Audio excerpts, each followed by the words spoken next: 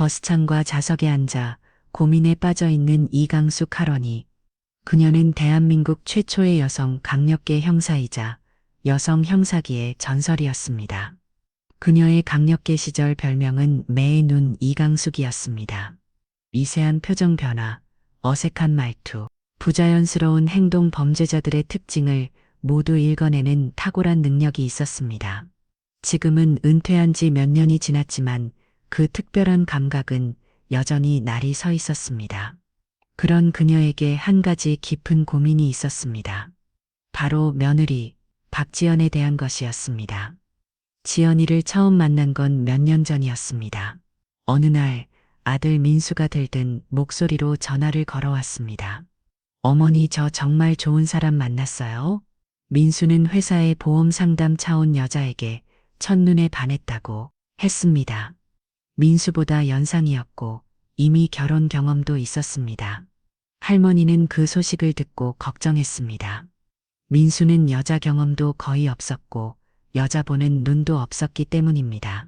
어느 날 할머니는 시내 한 식당에서 지연이를 만났습니다. 민수가 결혼을 생각한다며 소개시켜 준다던 자리였습니다. 문을 열고 들어서는 지연이를 본 순간 할머니는 깜짝 놀랐습니다. 정말 아름다웠습니다. 키가 165cm 정도 되는 늘씬한 몸매에 어깨까지 내려오는 윤기 나는 검은 머리카락 화장은 진하지 않았지만 선명한 이목구비가 도드라져 보였습니다. 지연이는 할머니를 보자마자 정중하게 인사했습니다. 어머니 안녕하세요. 드디어 뵙게 되네요. 영광입니다. 목소리도 아름다웠습니다. 할머니는 지연이를 관찰하기 시작했습니다. 표정, 몸짓, 말투, 시선 처리 모든 것이 완벽해 보였습니다. 그때였습니다. 지연이가 울먹이며 말하기 시작했습니다. 민수 씨한테 들으셨는지 모르겠지만 사실 전 남편을 병으로 잃었어요. 지연이는 조심스럽게 자신의 과거를 털어놓았습니다. 할머니는 그 모습을 보고 수상함을 느꼈습니다. 분명히 슬퍼하고 있었고 감정도 진실해 보였습니다. 하지만 뭔가 수상해 말로 설명하기 어려운 느낌이었습니다. 매의 눈, 이강숙의 직감이었습니다. 식사가 끝나고 집으로 돌아가는 길, 민수는 신이 나서 말했습니다. 어머니 어떠세요? 정말 좋은 사람이죠. 할머니는 조심스럽게 대답했습니다. 그래, 좋은 사람 같긴 하다. 근데 민수야, 조금 더 신중하게 생각해 보는 게 어떨까? 결혼은 인생의 큰일이잖아. 민수의 표정이 순간 굳어졌습니다. 어머니 뭐가 마음에 안 드세요? 아니, 그냥 엄마의 느낌이. 민수는 할머니를 매섭게 쏘아보았습니다. 어머니는 왜 항상 그렇게 사람을 의심하세요? 그거 직업병이에요.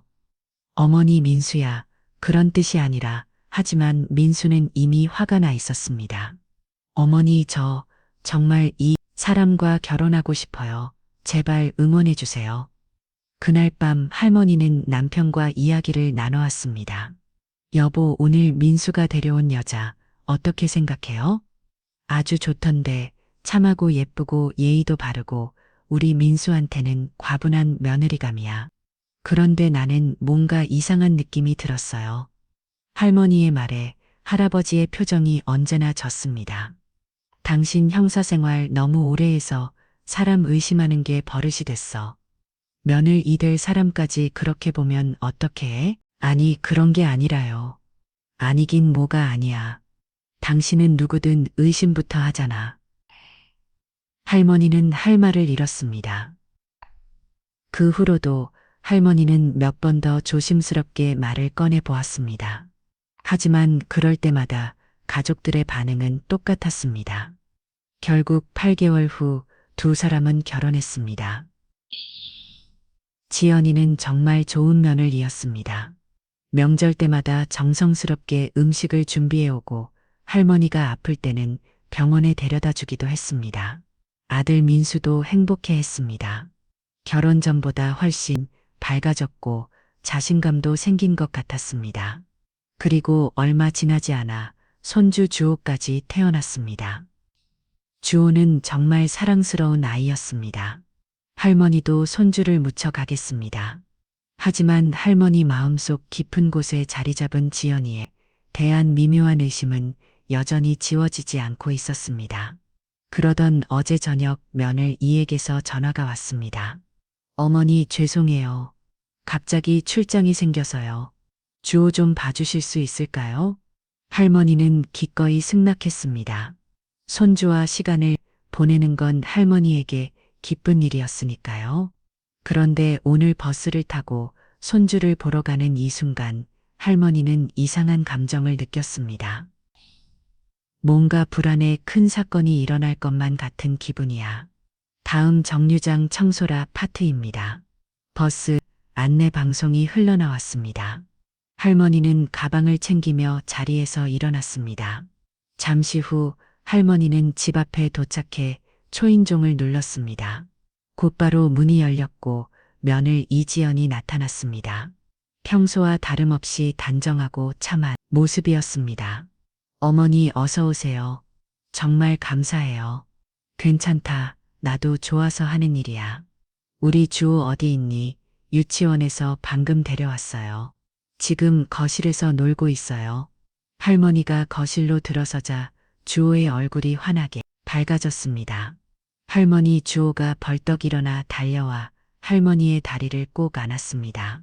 할머니는 아이의 작은 머리를 쓰다듬으며 마음이 따뜻해졌습니다.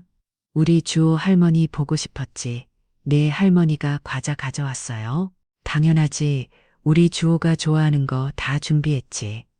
할머니는 가방에서 초코파이와 우유 새로 산 색연필 세트를 꺼내 주호에게 주었습니다.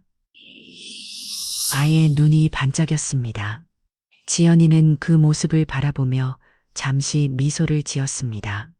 하지만 그 미소는 오래가지 않았습니다. 곧 벽에 걸린 시계를 보며 다시 바삐 움직이기 시작했습니다. 어머니 정말 죄송해요. 제가 지금 바로 나가야 해서 3일 후에 돌아와요. 민수 씨는 저녁 늦게 나올 거예요. 지연이는 옆에 놓여있던 핸드백에서 하얀 봉투를 꺼내 할머니에게 건넸습니다. 봉투를 두툼했고 정성스럽게 접어져 있었습니다. 이거 얼마 안 되지만 제 마음이에요. 아이고, 이런 것까지 안 해도 되는데. 아니에요. 갑자기 부탁드려서 죄송해요. 그리고 감사해요. 어머니 할머니는 며느리의 정중한 태도에 고개를 끄덕였습니다. 지연이는 출장 가방을 들고 집안을 한 바퀴 돌며 마지막 점검을 했습니다. 그러다 복도 끝에 있는 작은 방 앞에 잠시 멈춰서 던희 할머니를 바라보았습니다. 아이 어머니 저기 작은 방 있잖아요. 저기는 창고라서 짐이 많아서 문 닫아뒀어요. 너무 지저분하니까 보지 말아주세요. 부끄러워요. 그 순간 할머니의 느리에 번개처럼 직감이 스쳤습니다. 저 방에 뭔가 있다. 매의 눈 이강숙의 감각이 경보를 울리고 있었습니다. 그래 알았다 안 볼게. 할머니는 태연하게 대답했지만 마음속으로는 혼자 있을 때 그 방을 조사해야겠다고 결심했습니다. 그럼 저 가볼게요. 지연이는 그 말을 끝으로 현관문을 열고 나갔습니다. 구두 소리가 복도에 울리다가 점점 멀어졌습니다.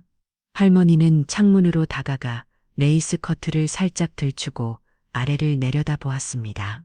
잠시 후 지연이가 검은색 택시에 타고 사라지는 모습이 보였습니다. 이제 집안에는 할머니와 주호만 남았습니다. 할머니는 주호에게 다가가 카페 뒤에 함께 앉았습니다. 아이는 블록으로 만든 집을 할머니에게 자랑스럽게 보여주었습니다. 할머니 봐요. 제가 집 만들었어요. 와, 정말 잘 만들었네. 할머니는 주호와 함께 블록을 맞추며 시간을 보냈습니다. 어느덧 시간이 흘러 저녁이 됐습니다. 할머니는 아들 민수를 기다리고 있었습니다. 그때 현관문이 열리는 소리가 들렸습니다. 딸깍 어머니 저 왔습니다. 현관 쪽에서 아들 민수의 목소리가 들렸습니다. 할머니는 거실에서 아들을 맞이하러 나갔습니다. 민수야, 이제 왔니? 아들은 정말 오랜만에 보는 것이었습니다. 몇 달 동안 서로 바빠서 만나지 못했습니다. 잘 있었겠니? 밥은 할머니는 아들의 모습을 보자마자 말문이 막혔습니다. 너 왜 이렇게 말랐니? 어디 아픈 데라도 있니? 민수는 이전보다 훨씬 마르고 기운이 없어 보였습니다. 볼이 푹 꺼져 있었고 얼굴색도 누렇게 떠 있었습니다. 걸음걸이도 예전처럼 힘차지 않았고 어깨가 축 처져 있었습니다. 아이 요즘 회사 일이 많아서 그런가 봐요. 괜찮아요. 민수는 대수롭지 않게 말했지만 할머니 눈에는 단순한 피로가 아닌 것 같았습니다. 아빠 주호가 민수를 보고 달려왔습니다. 민수는 힘없이 웃으며 아들을 안아주었습니다. 하지만 그 모습조차 예전보다 힘이 없어 보였습니다. 우리 주호 할머니랑 재밌게 놀았지? 네, 할머니가 색연필 사주셨어요. 그래, 할머니한테 고맙다고 했어? 네, 했어요. 할머니는 민수의 목소리에서도 힘이 빠져 있는 것을 느꼈습니다. 그래도 몸 관리를 해야지. 엄마가 저녁 준비해 줄게. 아, 괜찮아요. 저 별로 배고프지 않아요. 뭔 소리야. 이렇게 말랐는데 앉아 있어. 엄마가 금방 차려줄게. 할머니는 아들이 좋아하는 김치찌개와 계란찜, 그리고 간단한 나물 반찬까지 정성스럽게 만들었습니다. 민수야, 주호야, 밥 먹자. 할머니는 식탁에 음식을 차려놓고 가족을 불렀습니다. 주호는 신나게 달려와 자리에 앉았지만 민수는 힘없이 끌려오는 것 같았습니다. 할머니는 주호의 밥그릇에 밥을 담아주고 아이가 좋아하는 반찬들을 올려주었습니다. 주호는 할머니가 해주는 음식을 맛있게 먹었습니다. 하지만 민수는 다른 모습이었습니다. 음식을 조금씩 입에 넣기는 했지만 제대로 먹지 않고 있었습니다. 민수야, 왜 안 먹어? 그냥 요즘 소화가 잘 안 되는 것 같아요. 할머니는 아들의 모습을 보며 점점 걱정이 커졌습니다. 뭔가 심각한 문제가 있는 것 같았습니다. 저녁을 마친 후 할머니는 주호를 씻기고 잠자리에 들게 했습니다. 민수는 피곤하다며 먼저 자신의 방으로 들어갔습니다. 주호는 할머니의 따뜻한 품에 안겨 금세 잠들었습니다. 할머니는 아이의 고른 숨소리를 들으며 하루를 정리했습니다. 마음이 편치 않았습니다. 며느리 들어가지 말라고 한 작은 방, 그리고 아들의 변해버린 모습, 오늘 겪었던 것들이 뇌리에 계속 스쳐갔습니다. 바로 그때였습니다. 할머니, 나 병원에 있어요. 할머니는 깜짝 놀라 몸을 돌렸습니다. 주호가 잠꼬대를 하고 있었습니다. 병원비 필요해요. 할머니는 그 순간 온몸에 소름이 돋았습니다. 주호가 무의식 중에 내뱉은 그 말이 할머니의 뇌리에 새망치로 치는 것처럼 바뀌었습니다. 할머니는 주호의 얼굴을 가만히 바라봤습니다. 아이는 여전히 깊이 잠들어 있었습니다. 방금 전에 잠꼬대가 꿈이었나 싶을 정도로 평온한 얼굴이었습니다. 하지만 할머니는 그 말을 놓치지 않았습니다. 형사의 직감이 강하게 경고를 보내고 있었습니다. 병원에 있다고, 병원비가 필요하다고 할머니는 조용히 침대에 앉아 생각에 잠겼습니다. 분명히 단순한 잠꼬대는 아니야. 할머니의 뇌리에 오늘 하루의 장면들이 판노라 마처럼 스쳐갔습니다. 며느리 지원이가 작은 방 앞에서 보인 그 미묘한 긴장감, 아들 민수의 이상할 정도로 마르고 기운 없는 모습, 그리고 마지막으로 주호의 이 충격적인 잠꼬대까지 모든 것이 하나의 실로 연결되어 있는 것 같았습니다. 하지만 그 실의 끝이 어디로 향하고 있는지는 아직 알 수 없었습니다. 할머니는 주호의 작은 손을 바라보았습니다. 그 작은 손이 도대체 무엇을 감추고 있는 것일까요? 다음 날 아침 민수는 서둘러 출근했고 할머니는 주호를 깨워 아침 식사를 준비했습니다. 주호는 평소와 다름없이 밝은 얼굴로 잘 먹겠습니다. 하고 인사했습니다. 주호야, 어젯밤에 잠 잘 잤어. 할머니는 자연스럽게 대화를 시작했습니다. 목소리에는 평소와 같은 따뜻함이 깃들어 있었지만 내심으로는 아이의 모든 반응을 세심하게 관찰하고 있었습니다. 네, 잘 잤어요. 할머니 주호의 대답은 밝았습니다. 그래 할머니는 옆에서 우리 주호가 뭔가 말하는 소리를 들었는데 할머니는 계란말이를 아이의 접시에 올려주면서 자연스럽게 말했습니다. 뭐라고 했어요? 주호가 물었습니다. 나 병원에 있어요. 병원비 필요해요. 이런 말을 하던데 할머니는 아이의 반응을 놓치지 않기 위해 시선을 주호에게 고정했습니다. 그 순간 아이의 몸에서 미세하지만 명확한 변화가 일어났습니다. 주호의 젓가락을 든 손이 거의 눈에 띄지 않을 정도로 떨렸습니다. 그리고 눈동자가 순간적으로 왼쪽 위로 움직였다가 다시 할머니를 바라보았습니다. 30년간 수많은 용의자들을 신문했던 할머니에게 이런 신호들은 너무나 명확했습니다. 아이가 지금 거짓말을 준비하고 있다는 것을 저 그런 말 모르겠어요. 주호는 고개를 살짝 숙이며 대답했습니다. 평소 할머니와 대화할 때와는 완전히 다른 목소리였습니다. 작고 떨리는 목소리였죠. 할머니의 마음은 복잡해졌습니다. 이 순수한 아이가 거짓말을 하고 있다는 것이 확실해졌지만 동시에 아이를 더 괴롭히고 싶지 않은 할머니의 마음도 있었습니다. 하지만 이것은 단순한 문제가 아닐 수도 있었습니다. 주호야, 할머니는 더욱 부드럽고 따뜻한 목소리로 말했습니다. 그리고 아이의 작은 손을 살짝 잡아주었습니다. 주호의 손은 차갑고 약간 축축했습니다. 할머니는 주호를 혼내려는 게 아니야. 그냥 궁금해서 물어보는 거야. 괜찮아. 할머니가 아무한테도 말 안 할게. 왜 그런 말을 했는지 할머니한테 말해줄래. 하지만 주호의 반응은 할머니의 예상을 뛰어넘었습니다. 갑자기 아이의 눈에 눈물이 맺히기 시작했습니다. 주호는 젓가락을 떨어뜨리고 울기 시작했습니다. 할머니는 당황했습니다. 아이가 이렇게 격렬하게 반응할 줄은 몰랐습니다. 할머니는 급히 아이를 달래려 했습니다. 주호야, 왜 울어? 미안해, 미안해. 갑자기 주호가 자리에서 벌떡 일어났습니다. 눈물 범벅이 된 얼굴로 할머니를 한번 바라보며 자기 방으로 뛰어갔습니다. 주호야 할머니가 부르며 뒤따라갔지만 아이는 이미 자기 방으로 들어가 문을 꽝 닫았습니다. 할머니는 문 앞에서 멈춰 섰습니다. 주호야 문 열어. 할머니가 잘못했어.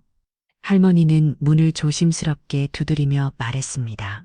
하지만 안에서는 계속 아이의 울음소리만 들렸습니다.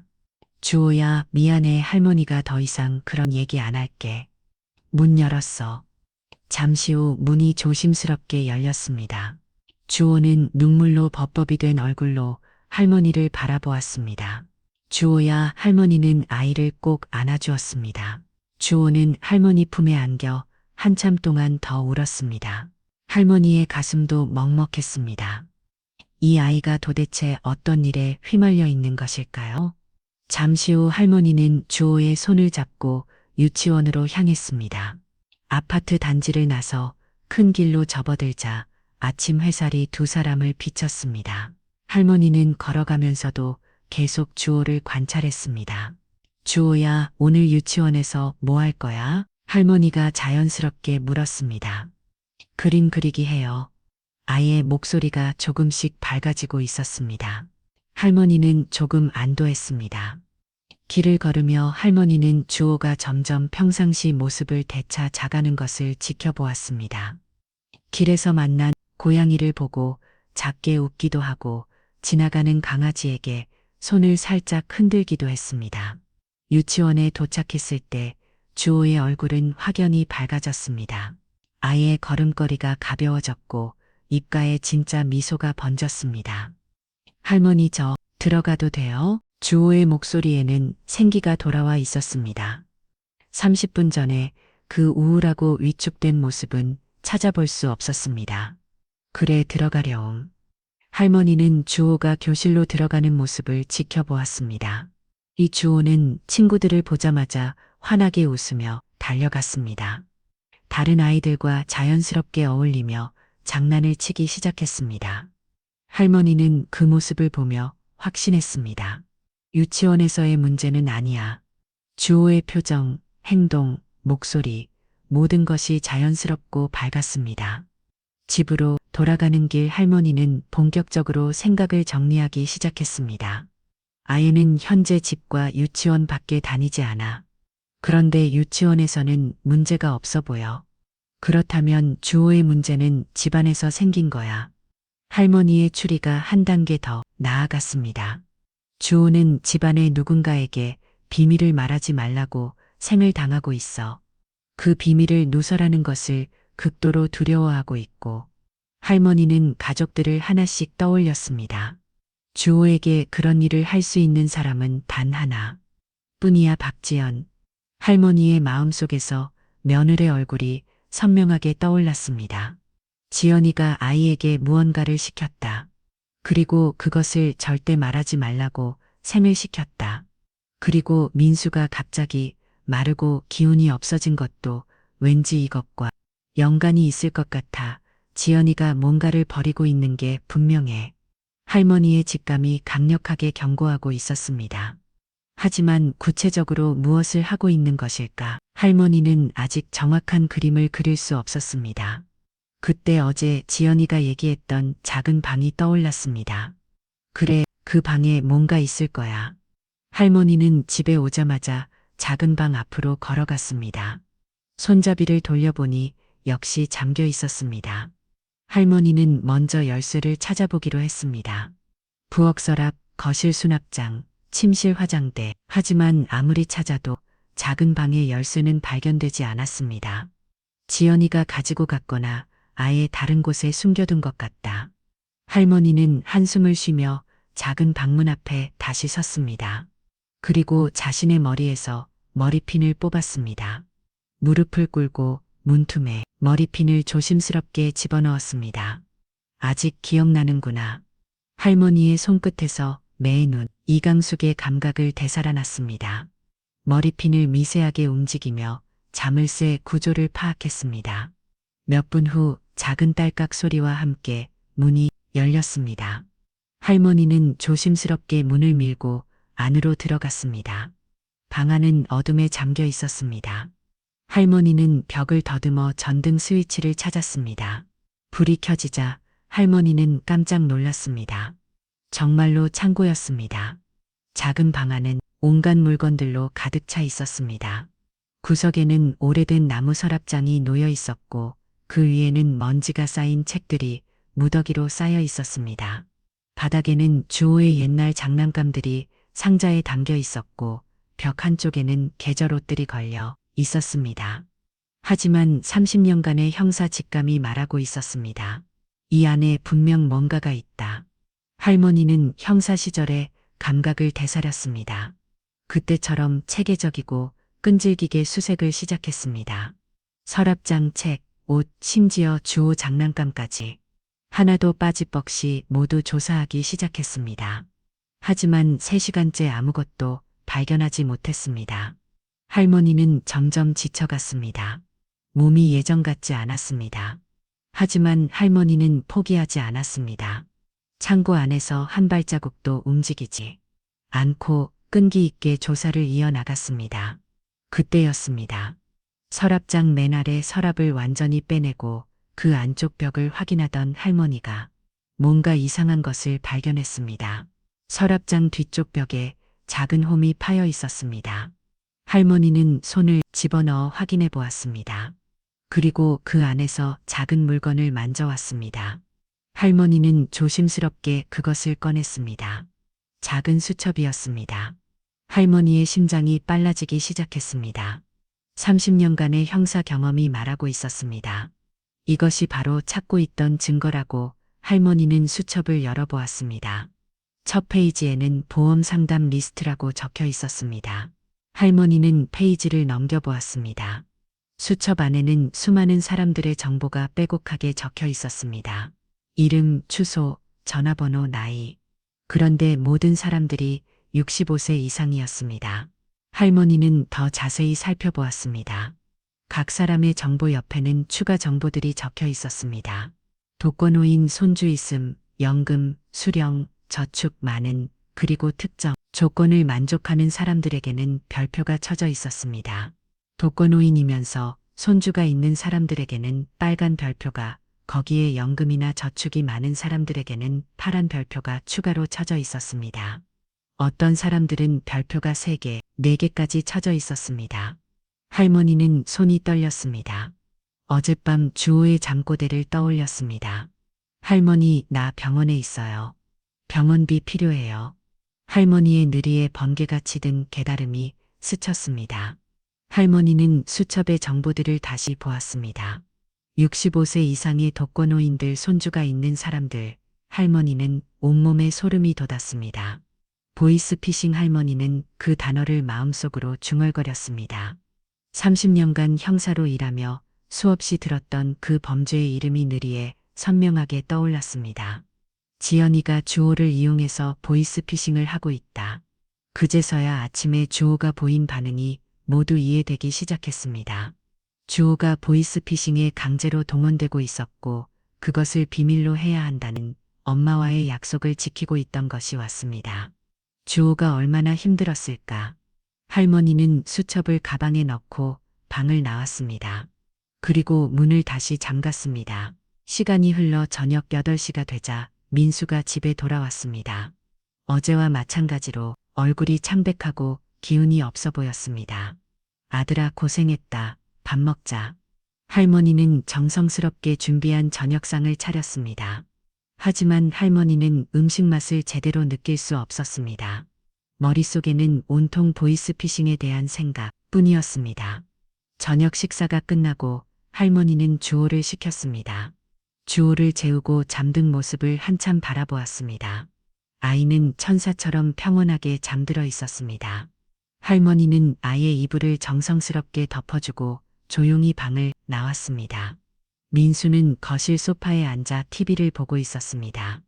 할머니는 가방에서 보험 상담 리스트 수첩을 꺼냈습니다. 손이 떨렸지만 말해야 했습니다. 할머니는 민수 앞으로 다가가 소파에 앉았습니다. 민수야, 내 어머니. 민수가 TV에서 시선을 돌려 할머니를 바라보았습니다.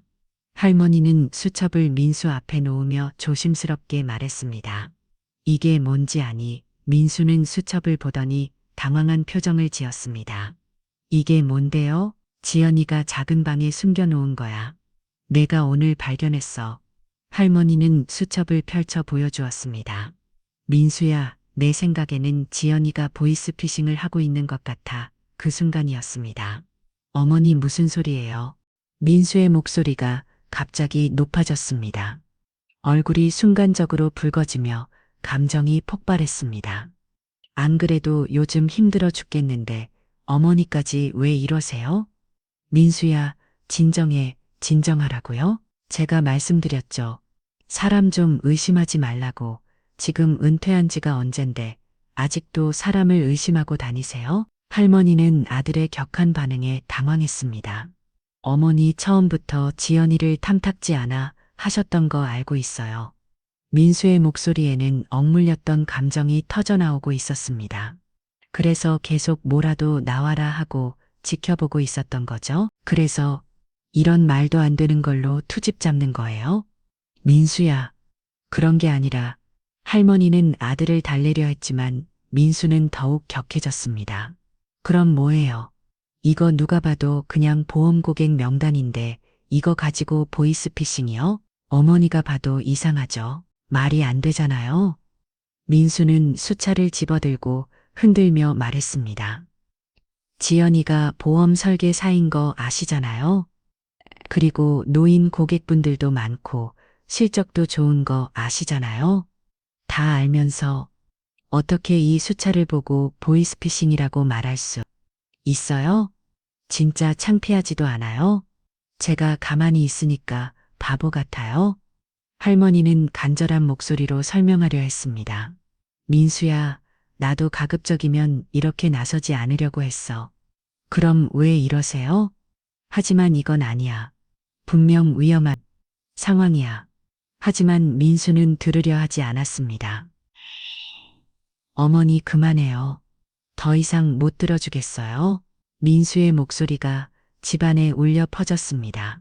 지연이가 얼마나 어머니 아버지를 위해 열심히 하는데 진짜 너무하시네요. 할머니는 아들의 격한 반응을 보며 가슴이 찢어지는 것을 느꼈습니다. 민수야, 내 말 좀 들어봐. 만들어요. 더 이상 못 들어주겠어요. 민수는 소리를 질렀습니다. 어머니 당장 나가세요.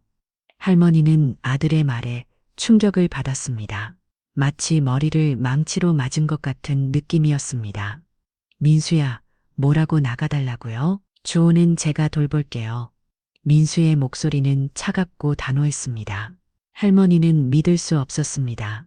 자신이 키워온 아들이 이런 말을 할 줄은 상상도 하지 못했습니다. 아빠, 할머니 그때 주호가 잠에서 깨어 밖으로 나왔습니다. 아빠와 할머니가 싸우고 있는 모습을 보고 깜짝 놀랐습니다. 아빠, 왜 소리 질러요? 주호의 목소리가 떨렸습니다. 아이는 이런 상황을 처음 겪는 것 같았습니다. 주호야 괜찮아. 할머니는 아이를 달래려 했지만 자신의 목소리도 떨리고 있었습니다. 어머니 당분간 저희 집에 오지 마세요. 민수는 차가운 목소리로 말했습니다. 그 말은 할머니의 가슴을 관통했습니다. 민수야, 할머니의 목소리는 간신히 나왔습니다. 눈물이 목구멍까지 차올랐지만 아들 앞에서는 보이고 싶지 않았습니다. 어머니 제발 가주세요. 민수는 어머니를 똑바로 보지도 않고 말했습니다. 할머니는 할 말을 잃었습니다. 아이는 울음을 터뜨렸습니다. 할머니가 왜 가요? 할머니 가지 마세요. 주호가 할머니에게 달려와 허리를 꼭 안았습니다. 할머니는 아이를 꼭 안아주며 눈물을 참기 위해 애썼습니다. 주호야 할머니가 다시 올게.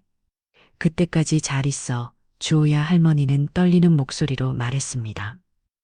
아이의 따뜻한 체온이 할머니의 가슴에 전해졌습니다. 할머니는 가방을 들고 현관으로 향했습니다. 민수는 할머니를 배우는 하지 않았습니다. 등을 돌리고 소파에 주저앉아 있었습니다. 할머니 주호가 울며 할머니를 불렀습니다.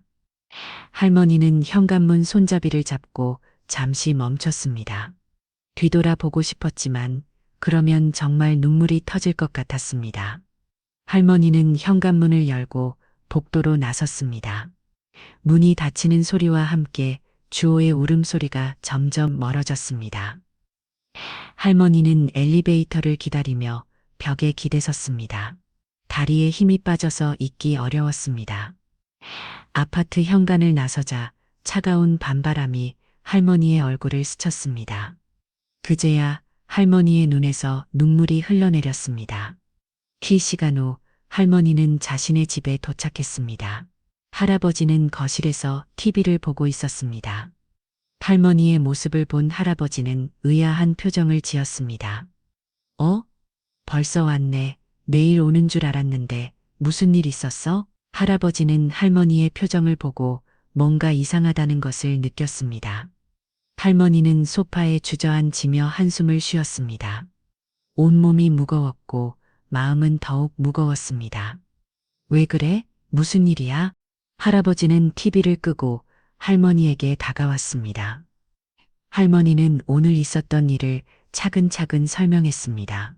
수첩을 발견한 것면을 이가 보이스피싱을 하고 있다는 의심, 그리고 아들과의 심각한 갈등까지. 하지만 할아버지의 반응은 할머니가 기대했던 것과 달랐습니다. 당신 너무 심한 거 아니야? 할아버지의 목소리에는 실망감이 묻어 있었습니다. 아무리 그래도 가서 집을 뒤지고 며느리를 범죄자 취급하면 어떻게 해? 할머니는 할아버지의 말에 더욱 잘 망했습니다. 당신이 잘못했어. 어떻게 가족을 그런 식으로 의심해? 할아버지는 고개를 저었습니다. 지연이가 그동안 우리한테 얼마나 잘했는데 며칠 있다가 가서 당장 사과해. 민수도 지연이도 얼마나 상처받았겠어. 할머니는 완전히 고립된 기분이었습니다. 그렇게 할머니는 힘없이 자신의 방으로 들어갔습니다. 그리고 침대에 누워 힘없이 천장을 바라봤습니다. 온 가족이 자신을 등지고 있었습니다. 아들도 남편도 아무도 자신의 말을 믿어주지 않았습니다.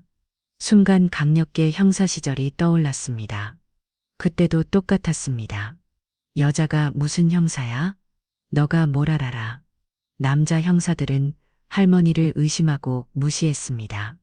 하지만 할머니는 굴하지 않았습니다.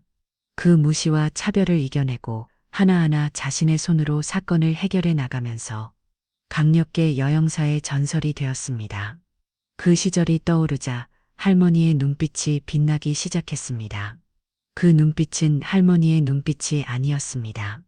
매의 눈 이경숙의 눈빛이었습니다. 그래, 어디 한번 해보자고. 내가 맞다는 걸 내 손으로 증명해 보이겠어. 그날 밤 할머니는 며느리를 자신의 손으로 체포할 수 있는 계획을 세웠습니다. 다음 날 할머니는 일어나자마자 핸드폰을 꺼냈습니다. 어제 수첩을 발견했을 때 찍어둔 사진을 확인했습니다. 고객 리스트 중에서 가장 별표가 많이 쳐진 사람들을 찾았습니다. 범죄자들은 항상 효율성을 추구한다는 것을 알고 있었습니다. 가장 성공 가능성이 높은 대상부터 노리기 마련이었죠. 전화가 올 가능성이 가장 높은 두 사람을 찾았습니다. 첫 번째는 김동석이라는 할아버지였습니다. 독거노인이면서 손주가 있고 연금도 넉넉하며 저축도 상당하다는 표시가 되어 있었습니다. 두 번째는 최순자라는 할머니였습니다. 역시 독거노인이면서 손주가 있고 경제적으로 여유가 있다는 표시가 되어 있었습니다. 할머니는 먼저 김동석 할아버지에게 전화를 걸었습니다. 전화벨이 몇 번 울리더니 굵직한 남자 목소리가 들렸습니다. 여보세요? 안녕하세요. 김동석 선생님이시죠? 네, 그런데 누구세요? 할머니는 조심스럽게 말을 꺼냈습니다. 저는 이강숙이라고 합니다. 자름이 아니라 급한 일이 있어서 연락드렸는데요. 보이스피싱 관련 수첩을 제가 확보했는데 선생님이 포함되어 있어서 위험해서 연락드렸습니다. 저는 전직 형사고 관련 범죄를 많이 봐와서 잘 알고 있습니다. 선생님은 위험한 상황이에요. 전화너브로 잠시 침묵이 흘렀습니다. 그러더니 갑자기 할아버지의 목소리가 거칠어졌습니다. 당신 지금 사기치려고 하는 거지. 야, 이 사기구나. 내가 당할 줄 알아. 쓸데없는 짓 하지 말고 착하게 살아. 두 글나가 끊어졌습니다. 할머니는 한숨을 쉬었습니다. 쉽지 않을 거라고 예상했지만 실제로 겪고 보니 마음이 무거웠습니다. 할머니는 곧바로 두 번째 번호로 전화를 걸었습니다. 이번에는 다소신 여성의 목소리가 들렸습니다. 여보세요? 안녕하세요? 최순자 선생님이시죠? 네. 그런데 누구세요? 할머니는 같은 내용을 반복해서 설명했습니다. 이번에는 길고 깊은 침묵이 흘렀습니다. 할머니는 조마조마한 마음으로 기다렸습니다. 마침내 최순자 할머니가 입을 열었습니다. 그런 일이 있었군요. 만나 뵙고 얘기하시죠? 할머니는 안도의 한숨을 쉬었습니다. 정말 감사합니다. 어디서 만날까요? 저희 집으로 오세요. 주소 알려드릴게요. 최순자 할머니는 친절하게 주소를 알려주었습니다. 할머니는 급히 준비를 하고 집을 나섰습니다. 최순자 할머니가 살고 있는 곳은 할머니 집에서 지하철로 1시간 거리에 있는 작은 주택가였습니다. 오래된 단독 주택들이 옹기종기 모여 있는 조용한 동네였습니다. 할머니는 주소를 찾아 문을 두드렸습니다. 곧 문이 열리더니 작은 최고의 할머니가 나타났습니다. 최순자 할머니는 할머니와 비슷한 나이처럼 보였지만 얼굴에는 깊은 주름이 패여 있었습니다. 특히 눈가에 주름이 깊어서 많은 고생을 한 것 같았습니다. 이강숙 선생님이시죠? 터져 들어오세요. 최순자 할머니는 정중하게 할머니를 맞이했습니다. 집안은 깔끔하게 정리되어 있었지만 혼자 사는 사람의 집답게 조용하고 쓸쓸한 분위기였습니다. 차 한 잔 드릴게요. 감사합니다. 최순자 할머니는 따뜻한 차를 내오며 할머니 맞은편에 앉았습니다. 할머니는 최순자 할머니의 눈을 보며 말했습니다. 전화로 말씀드린 대로 보이스피싱 관련 자료에서 선생님 성함을 봤어요. 곧 연락이 갈 수도 있고 위험한 상황이 될 수 있어서 미리 알려드리려고 했습니다. 최순자 할머니는 할머니의 표정을 가만히 살펴보았습니다. 할머니의 눈빛에는 진실함과 절박함이 동시에 담겨 있었습니다. 선생님이 그 사람들을 잡으려고 하신다는 얘기인가요? 네, 그렇습니다. 제가 그 당사자를 꼭 잡아야 하는 상황이라서요. 그런데 어떻게 잡을 생각이신가요? 곧 선생님에게 전화가 갈 겁니다. 그때 제가 그 목소리를 확인하고 녹음만 하면 됩니다. 그때까지 제가 이곳에서 머물며 지내도 될까요? 사례는 꼭 하겠습니다. 제발 부탁드립니다. 최순자 할머니는 잠시 생각에 잠겼습니다. 그러더니 고개를 끄덕였습니다. 잘 됐네요. 저도 마침 혼자 사니라 적적했는데 그냥 친구 한 명 둔다고 생각하죠. 딸이 주말에 자주 오니까 딸한테만 미리 얘기해 두겠습니다. 괜찮죠? 할머니는 최순자 할머니의 말을 감격했습니다. 네, 그럼요. 정말 감사합니다. 그날부터 할머니는 최순자 할머니 집에서 지내게 되었습니다. 둘은 함께 밥을 해먹고 차를 마시며 이야기를 나누었습니다. 처음에는 서먹했지만 비슷한 연배의 두 할머니는 금세 친해졌습니다. 며칠이 지나면서 둘은 서로의 가족 이야기도 나누기 시작했습니다. 어느 날 저녁, 함께 저녁을 먹고 있을 때였습니다. 최순자 할머니는 밥 그릇을 천천히 내려놓더니 할머니를 바라보았습니다. 그 눈빛에는 깊은 슬픔이 담겨 있었습니다. 강숙 씨, 사실 제가 말씀드리고 싶은 게 있어요. 할머니는 젓가락을 멈추고 최순자 할머니를 바라보았습니다. 제가 처음에 선생님의 그 전화를 받고 승낙한 이유가 따로 있어요. 최순자 할머니의 목소리가 조금씩 떨리기 시작했습니다. 저희 남편이 보이스피싱을 당했거든요. 할머니는 깜짝 놀라 최순자 할머니를 바라보았습니다. 몇 년 전 일이에요. 최순자 할머니는 손으로 눈가를 닦았습니다. 그때 저는 시장에 있었는데 집에 돌아와 보니 남편이 파랗게 질린 얼굴로 앉아 있더라고요. 할머니는 최순자 할머니의 손을 꼭 잡아주었습니다. 5천만 원이었어요. 손주가 다쳤다는 말에 정신을 못 차리고 다 보내버린 거예요. 최순자 할머니의 목소리가 흐느끼는 소리로 변했습니다. 그 후로 남편이 완전히 달라졌어요. 평생 누구보다 당당하고 자신감 넘치던 사람이었는데 그렇게 사기를 당하고 나니까 완전히 기가 죽어버렸어요. 할머니는 최순자 할머니의 고통스러운 표정을 보며 가슴이 아팠습니다. 식사도 제대로 안 하고 밤에는 잠도 못 자고 맨날 내가 바보 같아서 당했다. 창피해서 얼굴을 들 수가 없다. 이런 말만 반복하더라고요. 최순자 할머니는 손수건으로 눈물을 닦았습니다. 몸도 급격히 야외기 시작했어요. 하루가 다르게 말라가는 남편을 보는 게 너무 힘들었어요. 할머니는 최순자 할머니의 어깨를 살짝 두드려 주었습니다. 최순자 할머니는 잠시 말을 멈추고 깊게 숨을 들이마셨습니다. 그러다가 결국 남편이 세상을 떠났어요.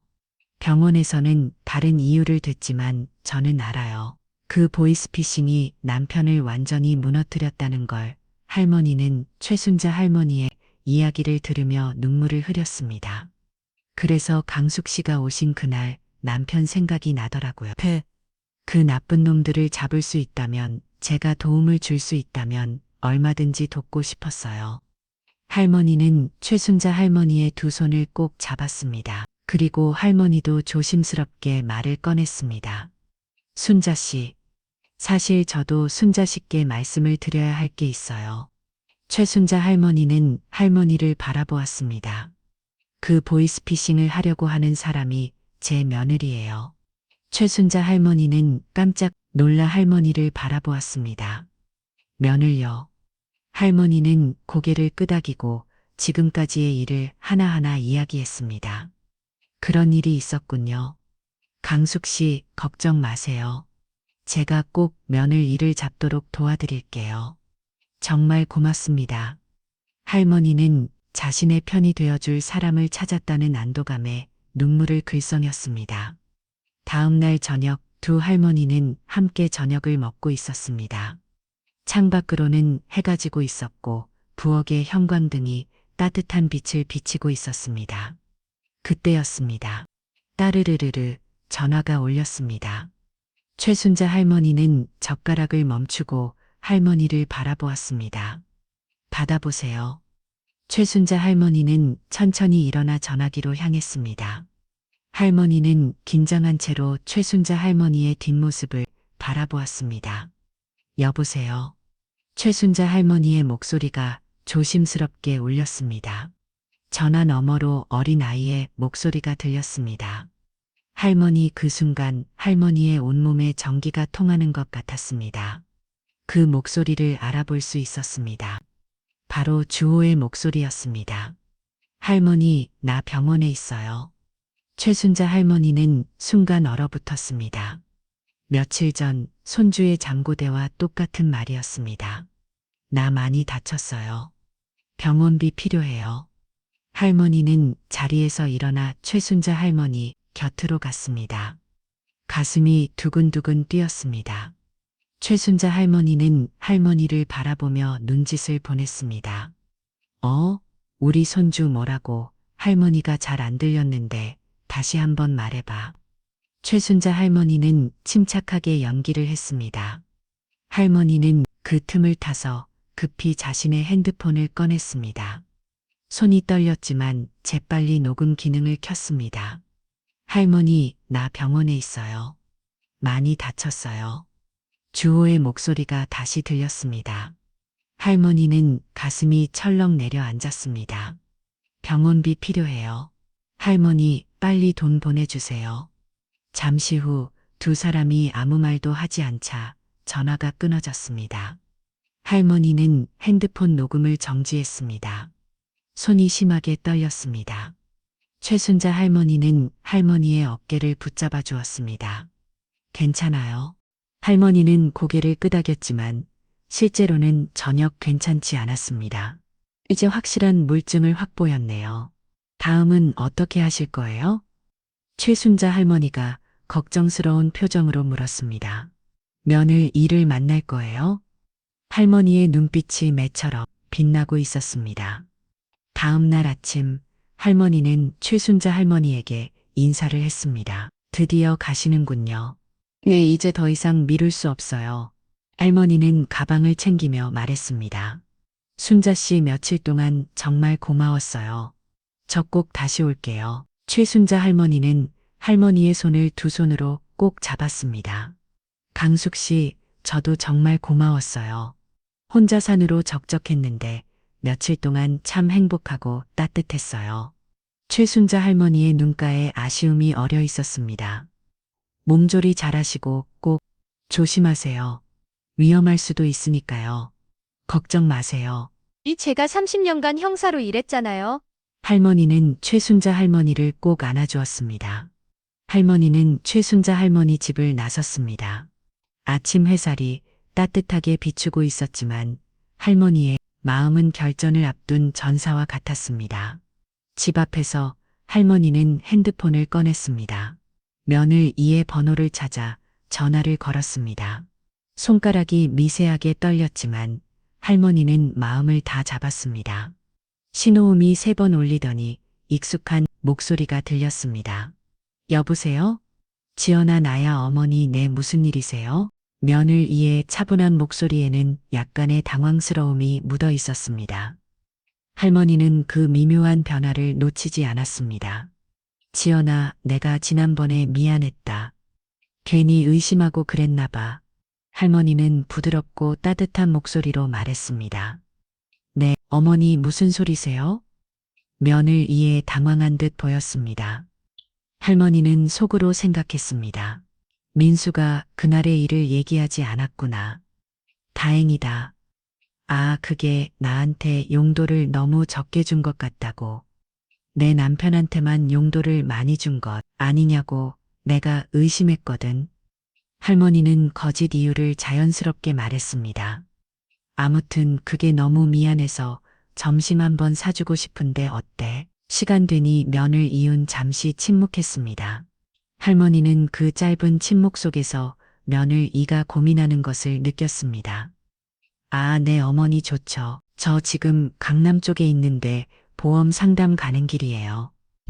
마침 시간이 좀 비어서 밥 먹을 수 있을 것 같아요. 그럼 어디서 만날까? 제가 아는 조용한 식당이 있어요. 거기서 만날까요? 어머니, 그럼 30분 후에 거기서 만나자. 네, 어머니. 전화가 끊어졌습니다. 할머니는 깊게 숨을 들이마셨습니다. 이제 정말 시작이었습니다. 30분 후 할머니는 약속한 식당 앞에 도착했습니다. 조용한 주택가에 있는 작은 한 식당이었습니다. 할머니는 식당 밖에서 잠시 멈춰섰습니다. 가슴이 두근거렸습니다. 30년간 형사로 일하며 수많은 범죄자들과 대면해 있지만 이번만큼은 달랐습니다.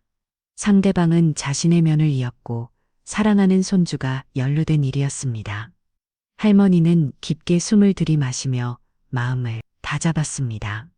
할머니는 식당 창문을 통해 안을 살펴보았습니다. 며느리 이지연이가 구석 테이블에 앉아 있었습니다. 평소와 같이 단정한 옷차림의 화장도 완벽했습니다. 할머니는 멀리서 지연이를 바라보며 전화를 걸었습니다. 잠시 후 지연이의 핸드폰이 울렸습니다. 지연이는 화면을 보는 순간 온몸이 굳었습니다. 얼굴에서 혈색이 빠져나가는 것이 할머니 눈에도 보였습니다. 그 번호를 지연이는 너무나 잘 알고 있었습니다. 보이스피싱 대상자 1순위로 표시해둔 최순자 할머니의 번호였습니다. 이 번호가 왜 나한테? 지연이는 손이 떨린 채로 전화를 받았습니다. 여보세요? 지연이의 목소리가 미세하게 갈라졌습니다. 지연아, 전화기 너머로 들린 목소리에 지연이는 온몸이 얼어붙었습니다. 이 시어머니의 목소리였습니다. 이 번호가 뭔지 아니? 할머니의 목소리는 차갑고 단호했습니다. 지연이는 말을 할 수 없었습니다. 입술이 파르르 떨렸습니다. 어떻게 시어머니가 이 번호를 알고 있는 것일까요? 지연이의 머릿속이 하얘졌습니다. 지연이는 식당 안을 두리번거리며 할머니를 찾았습니다. 그때 식당 입구로 할머니가 천천히 걸어 들어오는 것이 보였습니다. 핸드폰을 귀에 대고 지연이를 똑바로 응시하고 있었습니다. 할머니의 눈빛에는 30년간 형사로 일하며 쌓인 날카로움이 담겨 있었습니다. 지연이는 혈색이 완전히 빠졌습니다. 호흡이 가파졌고 손에 준 핸드폰이 미세하게 떨렸습니다. 할머니는 지연이 맞은편 자리에 천천히 앉았습니다. 그리고 전화를 끊었습니다. 두 사람 사이에 무거운 침묵이 흘렀습니다. 어머니, 그게 지연이는 떨리는 목소리로 말했습니다. 평소에 그 당당하고 완벽한 모습은 온데간데 없었습니다. 할머니는 지연이의 눈을 똑바로 바라보았습니다. 그리고는 핸드폰을 꺼내 녹음 파일을 찾았습니다. 잠시 후 주호의 목소리가 두 사람 사이에 테이블 위로 흘러나왔습니다. 할머니, 나 병원에 있어요? 그 순간 지연이의 눈이 커졌습니다. 온몸이 경직되었고 숨이 막히는 것 같았습니다. 많이 다쳤어요? 병원비 필요해요. 주호의 순수한 목소리가 계속 흘렀습니다.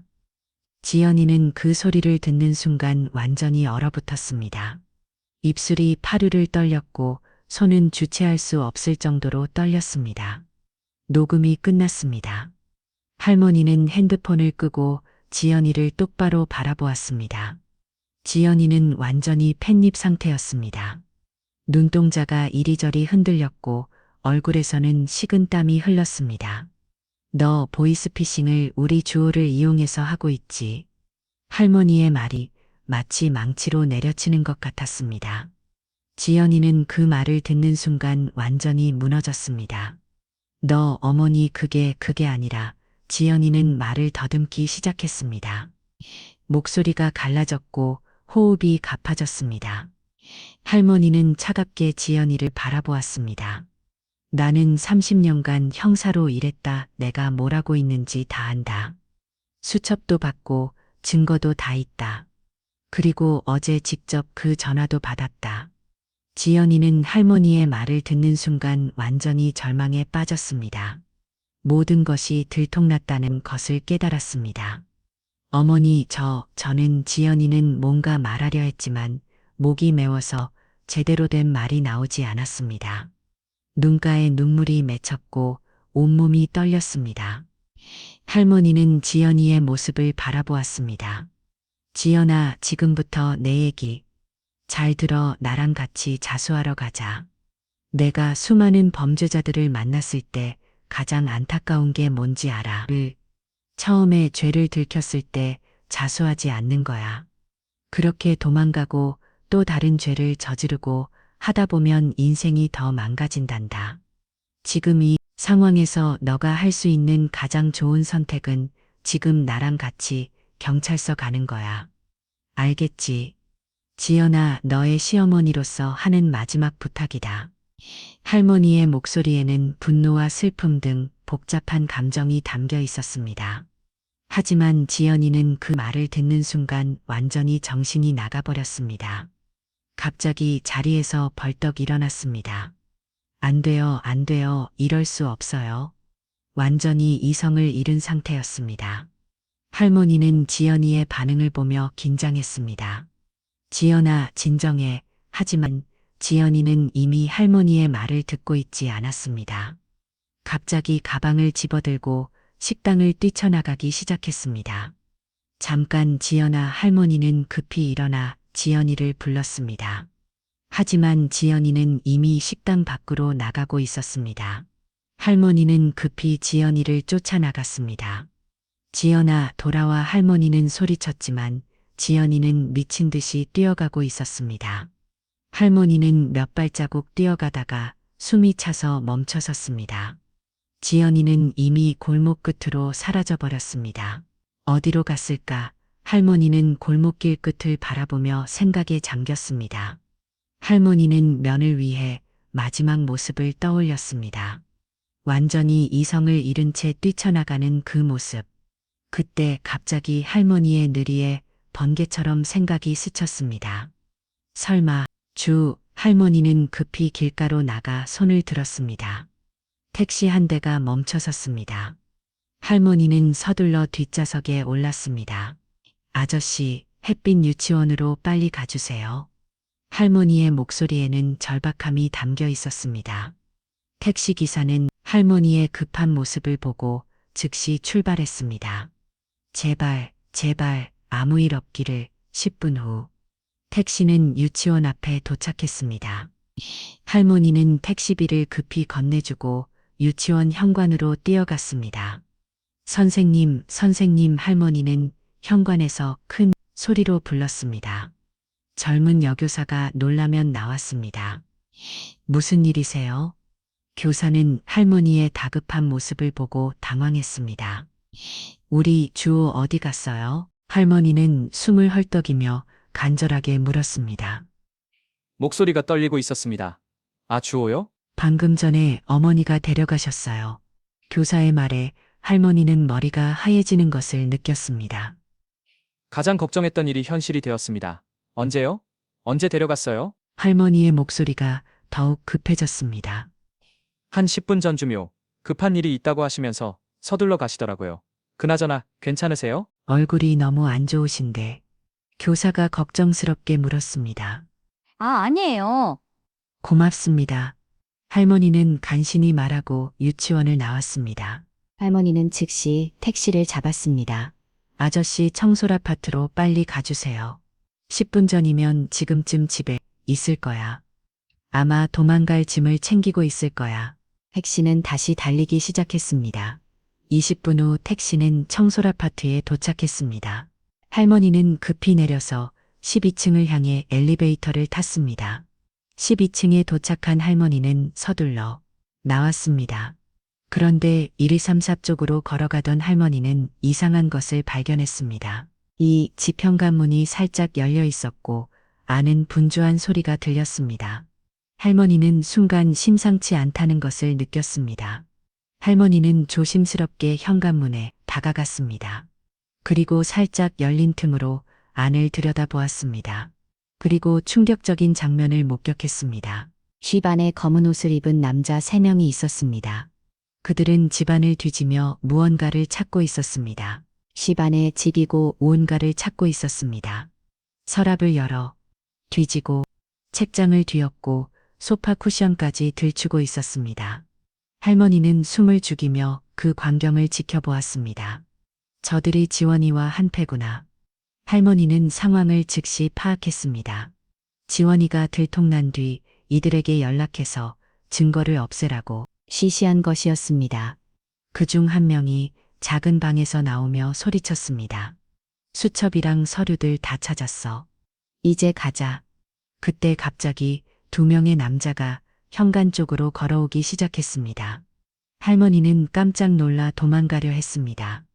하지만 갑자기 다리에 힘이 빠져 제대로 움직일 수 없었습니다. 나이가 들어 몸이 예전 같지 않았습니다. 할머니는 벽에 바짝 붙어 있었지만 2 남자가 현관 바로 앞까지 와 있었습니다. 할머니는 온몸이 얼어붙었습니다. 심장이 터질 것 같이 뛰었고 식은땀이 흘렀습니다. 큰일 났다. 여기서 끝인가? 바로 그 순간이었습니다. 와, 이거 명단 가져가야지. 안에서 큰 소리가 들렸습니다. 2 남자는 그 소리를 듣고 다시 안으로 뛰어갔습니다. 명단 할머니는 그 순간을 놓치지 않았습니다.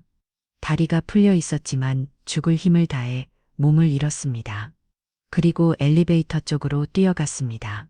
할머니는 급히 엘리베이터에 올라 버튼을 눌렀습니다. 엘리베이터 문이 닫히자 할머니는 다리에 힘이 빠져 바닥에 주저앉았습니다. 온 몸이 떨렸고 호흡이 가팠습니다. 간신히 살았다. 할머니는 가슴을 쓸어내렸습니다. 엘리베이터가 1층에 도착하자 할머니는 간신히 일어나 밖으로 나왔습니다. 아무도 없는 벤치에 앉아 할머니는 핸드폰을 꺼냈습니다. 이제 더 이상 혼자서는 해결할 수 없는 상황이었습니다. 강력계 바뀌어 감의 번호를 찾아 전화를 걸었습니다. 신호음이 2번 울리더니 익숙한 목소리가 들렸습니다. 여보세요? 상철아, 나 이강숙이야. 할머니의 목소리는 여전히 떨리고 있었습니다. 선배님, 무슨 일 있으세요? 목소리가 이상한데 박경감은 할머니의 심각한 상태를 즉시 알아차렸습니다. 상철아, 긴급 상황이야. 지금 당장 도움이 필요해. 네, 말씀해 보세요. 박경감은 할머니의 절박한 톤을 듣고 즉시 경계태세를 갖추었습니다. 네, 며느리가 보이스피싱을 하고 있어. 그리고 지금 손주를 데리고 도망갔어. 할머니는 숨을 고르며 차근차근 설명했습니다. 선배님, 정말이세요? 박경감은 믿을 수 없다는 듯 물었습니다. 증거도 다 있어. 그리고 방금 전에 같은 패거리가 집에 들어가서 증거 인멸을 했어. 선배님, 무슨 말씀이신지 잘 알겠습니다. 증거 받고 바로 움직이겠습니다. 그래, 지금 증거들을 문자로 보내줄게. 빨리 출발해줘. 할머니는 전화를 끊고 지금까지 모은 모든 증거를 박경감에게 보냈습니다. 그로부터 1시간 후 할머니 핸드폰에 전화가 왔습니다. 할머니는 재빨리 전화를 받았습니다. 선배님, 박지연을 찾았습니다. 박경감의 목소리가 긴장되어 있었습니다. 할머니는 잠시 안도했지만 곧 박경감의 다음 말에 얼굴이 굳어졌습니다. 그런데 문제가 있습니다. 손주를 인질로 잡고 있어요. 할머니의 가슴이 철렁 내려앉았습니다. 가장 걱정했던 일이 현실이 되었습니다. 공항 근처에서 해외로 도피하려다가 발가됐는데 갑자기 아이를 붙잡고 버티고 있습니다. 상철아, 잠깐만 기다려. 내가 갈게. 위치 알려줘. 인천공항 근처 주차장입니다. 할머니는 전화를 끊고 급히 길가로 나갔습니다. 손을 들어 택시를 잡았습니다. 아저씨, 인천공항으로 빨리 가주세요. 정말 급해요. 할머니는 뒷좌석에 앉아 창밖을 바라보았습니다. 마음이 타들어가는 것 같았습니다. 40분 후 택시는 인천공항 근처에 도착했습니다. 할머니는 서둘러 내려 박경감이 있는 곳으로 향했습니다. 멀리서 경찰차들이 보였고 박경감이 할머니를 기다리고 있었습니다. 박경감은 주차장 구석을 가르쳤습니다. 할머니는 그 방향을 바라보았습니다. 멀리서 지연이의 모습이 보였습니다. 차 옆에 앉아 있었고 작은 아이를 품에 안고 있었습니다. 아이가 많이 무서워하고 있어요. 박지연은 완전히 패닉 상태입니다. 할머니는 망원경으로 상황을 자세히 살펴보았습니다. 지연이의 얼굴은 창백했고 머리카락은 흐트러져 있었습니다. 주우는 지연이 품에서 작게 울고 있었습니다. 내가 가서 직접 얘기해 볼게. 선배님, 괜찮으세요? 괜찮아, 내 며느리야. 내가 제일 잘 알아. 박경감은 할머니를 믿었습니다. 오랫동안 쌓인 신뢰였습니다. 알겠습니다. 할머니는 천천히 지연이가 있는 쪽으로 걸어갔습니다. 가까이 갈수록 상황이 더 선명하게 보였습니다. 지연이는 검은색 승용차 뒤쪽에 등을 대고 앉아 있었습니다. 주호를 두 팔로 꽉 안고 있었고 눈은 빨갛게 부어 있었습니다. 주호는 엄마 품에서 작은 몸을 떨며 울고 있었습니다. 아이의 작은 어깨가 흔들리고 있었고 훌쩍거리는 소리가 할머니의 가슴을 아프게 했습니다. 할머니는 10m 정도 떨어진 거리에서 멈춰 섰습니다. 너무 가까이 다가가면 지연이를 더 자극할 수 있었습니다.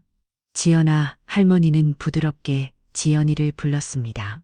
지연이는 할머니를 보자마자 몸을 더 움츠렸습니다. 어머니 오지 마세요. 지연이의 목소리는 떨리고 있었습니다. 할머니는 두 손을 들어 보이며 위협적이지 않다는 것을 표현했습니다. 주호야, 할머니는 먼저 아이에게 말을 걸었습니다. 인질의 안전이 가장 중요했습니다. 할머니 목소리 들려, 할머니가 왔어. 주호는 할머니의 목소리를 듣고 고개를 살짝 들었습니다. 눈물 버벅이 된 작은 얼굴이 할머니를 바라보았습니다. 할머니 아이의 작은 목소리가 떨렸습니다. 할머니는 무릎을 꿇고 아이와 눈높이를 맞췄습니다.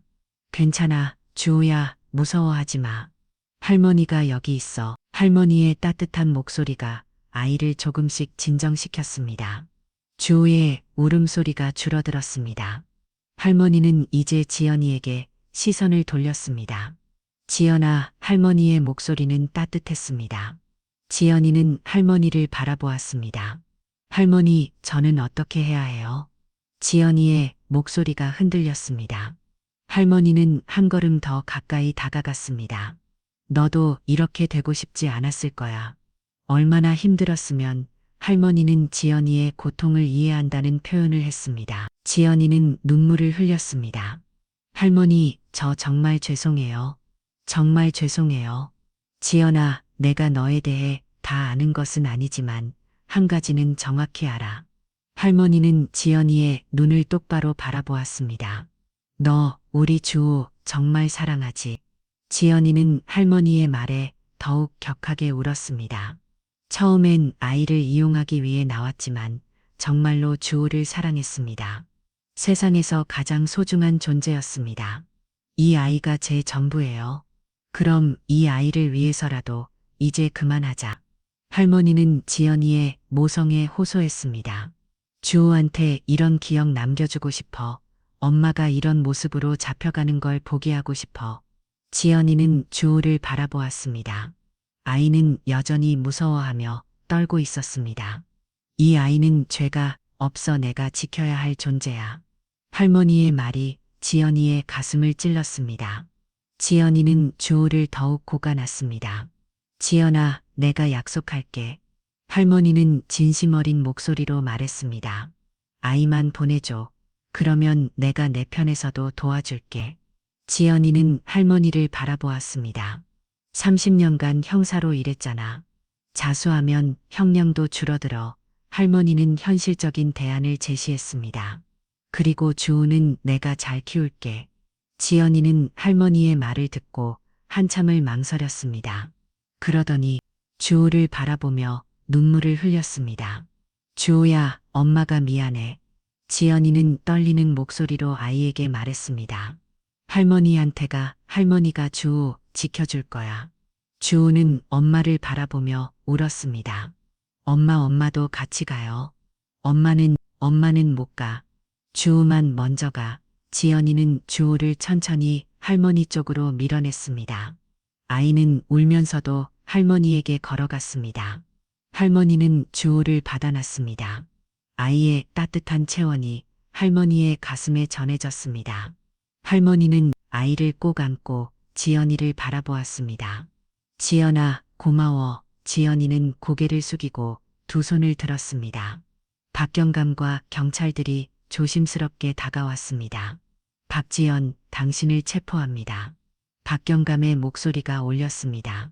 지연이는 저항하지 않았습니다.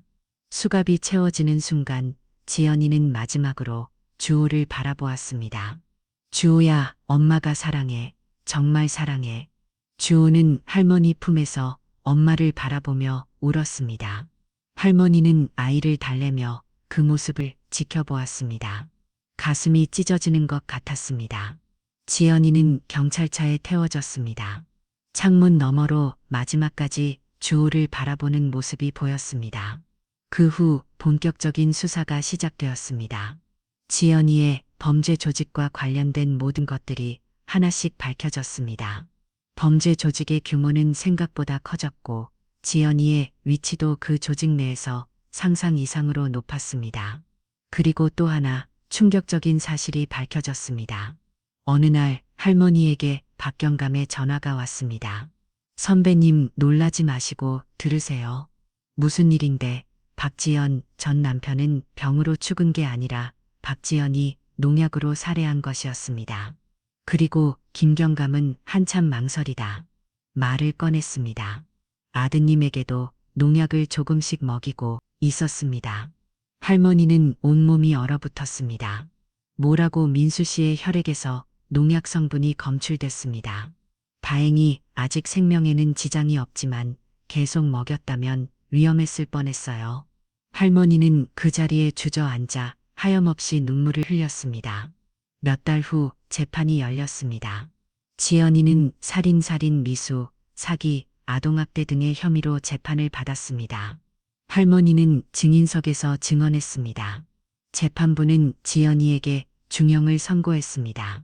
지연이는 고개를 숙이고 판결을 들었습니다. 재판이 끝나고 나서 민수는 눈물을 흘렸습니다. 자신이 사랑했던 아내가 자신을 죽이려 했다는 사실이 받아들여지지 않았습니다. 민수야, 할머니는 아들의 어깨를 감싸 안았습니다.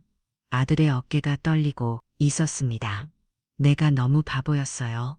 어머니 말씀을 들었어야 했는데 아니다. 내가 잘못한 게 아니야.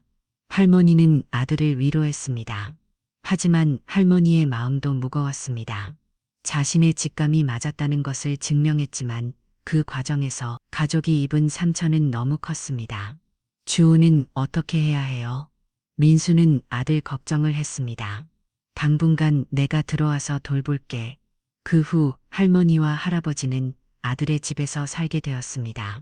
민수는 점점 회복되어 갔고 주호는 할머니의 보살핌 속에서 조금씩 안정을 되찾아갔습니다. 어느 날 저녁 할머니는 주호와 함께 저녁을 먹고 있었습니다. 할머니, 이거 맛있어요. 그래, 많이 먹으라. 할머니는 아예 밥그릇에 김치찌개를 더 올려주었습니다.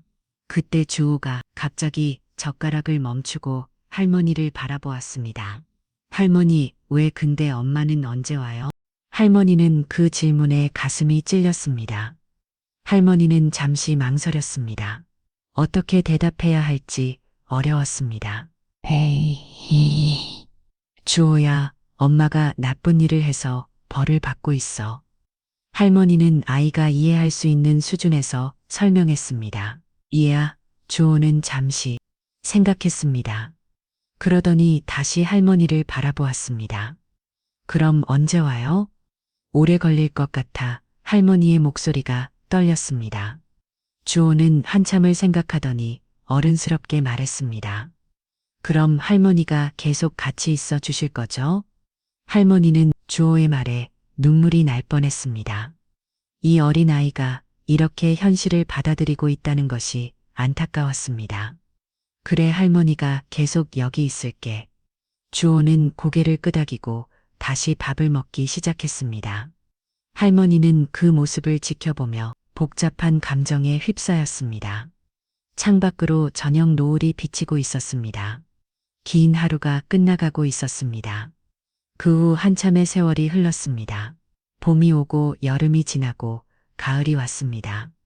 시간은 천천히 흘렀지만 상처받은 가족들에게는 소중한 치유의 시간이었습니다. 할머니는 여전히 아들의 집에서 주호와 함께 살고 있었습니다. 할아버지는 그날 이후로 할머니에게 더욱 세심하게 신경을 썼습니다. 아침마다 할머니가 좋아하는 보리차를 끓여주고 장을 보러 갈 때도 함께 따라 나섰습니다. 민수는 점점 건강을 되찾아갔습니다. 농약의 독성이 몸에서 완전히 빠져나가면서 얼굴에 혈색이 돌기 시작했습니다.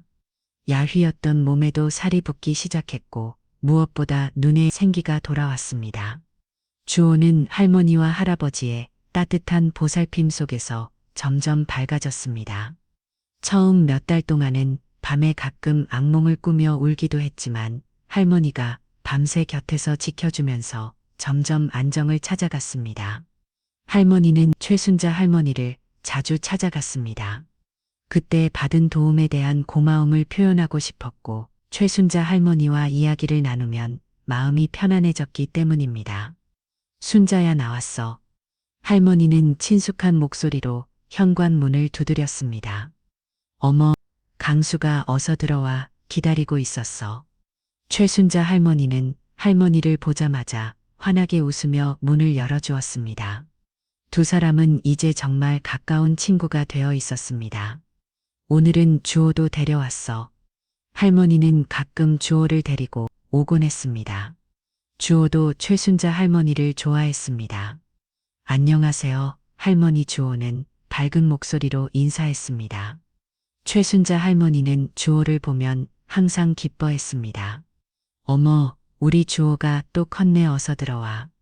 할머니가 맛있는 거 준비해놨어. 최순자 할머니는 주호의 손을 잡고 집 안으로 들어갔습니다. 두 할머니는 거실에 앉아 따뜻한 차를 마시며 이야기를 나눠왔습니다. 주호는 최순자 할머니가 준비해둔 장난감을 가지고 신나게 놀았습니다.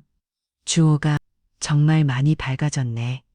처음에 걱정했는데 다행이야. 최순자 할머니는 주호를 바라보며 흐뭇했습니다. 응, 이제 완전히 다른 아이가 됐어. 학교에서도 친구들과 잘 어울린다고 하더라. 할머니는 주호의 변화를 뿌듯했습니다.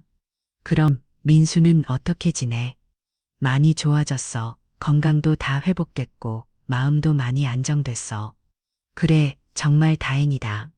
최순자 할머니는 자기 일처럼 안심했습니다. 순자야 정말 고마워. 내가 그때 도와주지 않았으면 어떻게 됐을지 몰라. 뭔 소리야. 나도 강숙이 덕분에 이렇게 좋은 친구가 생겼잖아. 두 할머니는 진심으로 서로를 아끼고 있었습니다. 그때 현관문이 열리는 소리가 들렸습니다. 어머니 집에 오셨어요? 젊은 여성의 목소리였습니다. 최순자 할머니의 딸 미연이었습니다. 또 미연아 일찍 왔네. 미연은 근처에 살고 있어서 주말에 자주 놀러 오곤 했습니다. 어머니가 자주 이야기해 주시는 강숙 선생님이시죠. 미연은 할머니를 보며 정중하게 인사했습니다.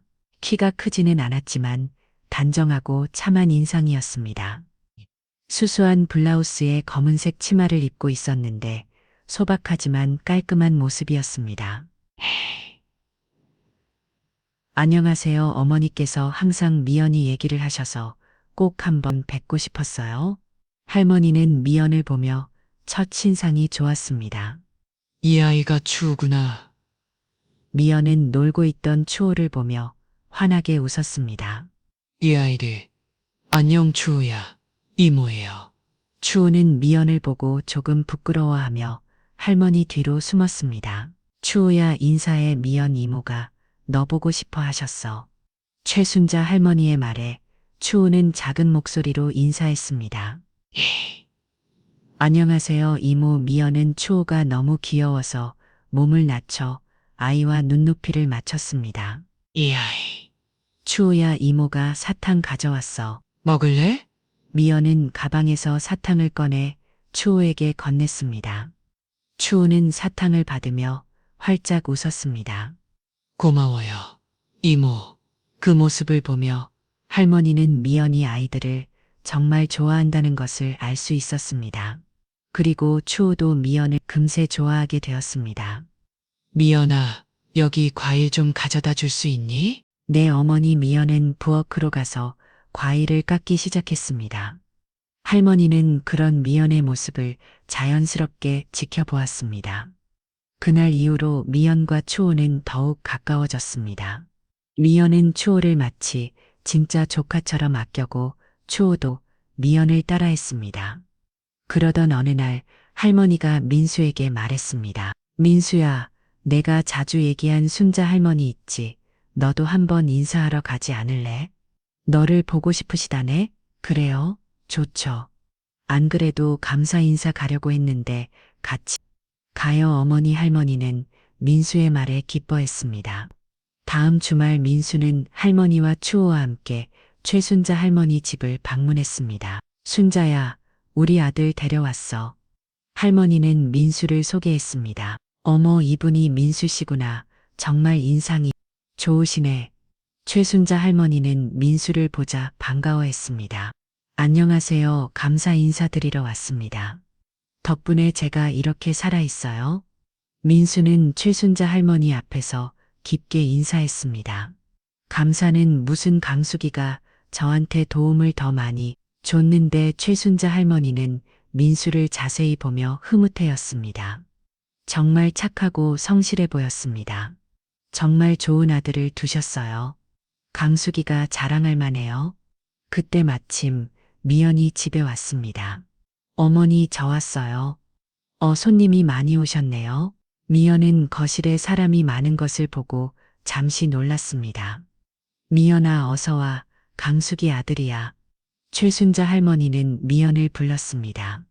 미연은 민수를 보며 정중하게 인사했습니다.